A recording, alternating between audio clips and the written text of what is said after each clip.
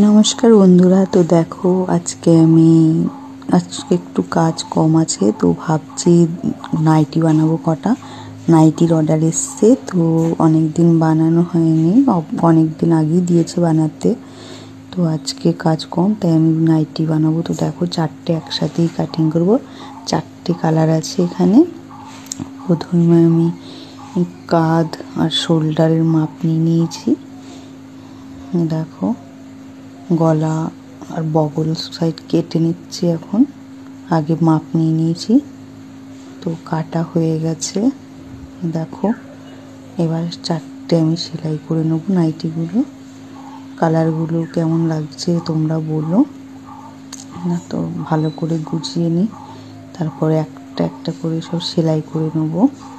তো আগে গ্রিন কালারটা সেলাই করছি, গলার জন্য পট্টি জুড়ছি আগে।